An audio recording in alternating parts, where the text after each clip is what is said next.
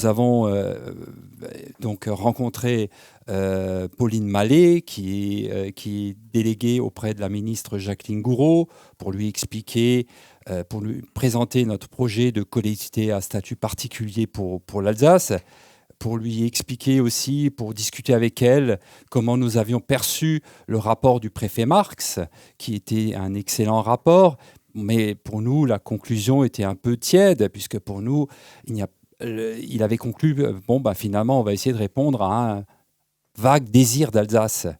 Pour nous, ce n'est pas un désir, c'est une exigence, c'est quelque chose qui nous fait vibrer. Donc c'est quelque chose de complètement...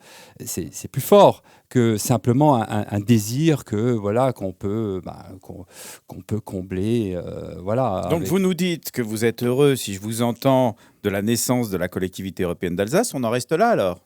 Alors on est content de cette naissance. Donc nous avons beaucoup œuvré pour qu'elle naisse. C'est nous qui avons poussé, et c'est par l'action politique que l'on a menée sur le terrain, par l'action également des think tanks alsaciens qui ont amené beaucoup d'idées. C'est par toutes ces actions-là, que ce soit politique ou au niveau de la société civile, il y a eu cette avancée vers une collectivité européenne d'Alsace.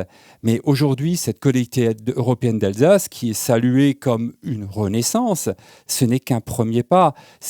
Aujourd'hui, c'est une coquille vide. C'est un super département avec très peu de compétences supplémentaires à celles d'un département. Et donc, pour nous, ce n'est qu'un premier pas. Et c'est pour ça qu'il faut absolument que les Alsaciens votent massivement au départemental pour nos candidats, afin qu'il y ait des élus de Hohenzollern au sein de la CEA, pour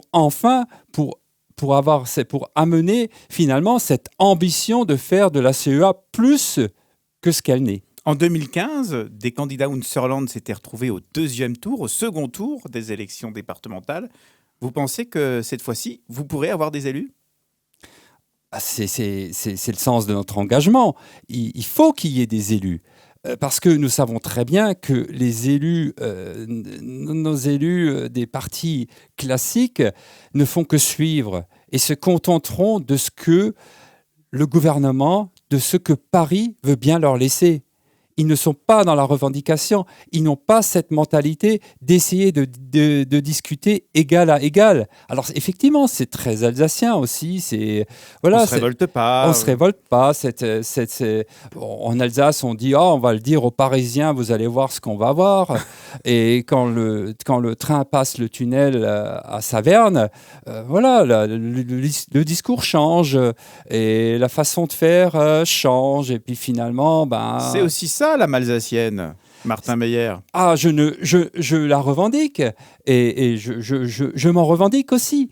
Mais aujourd'hui, aujourd'hui, on est quand même dans un processus qui conduit à la disparition de tout ce que nous sommes. C'est-à-dire que cette âme, aujourd'hui, elle est en danger de mort. Et c'est pour ça que des gens comme moi, des gens comme d'autres, se sont levés pour se battre finalement et pour essayer d'insuffler la perturbation ou l'étincelle pour qu'il y ait un peu plus de désir de se battre.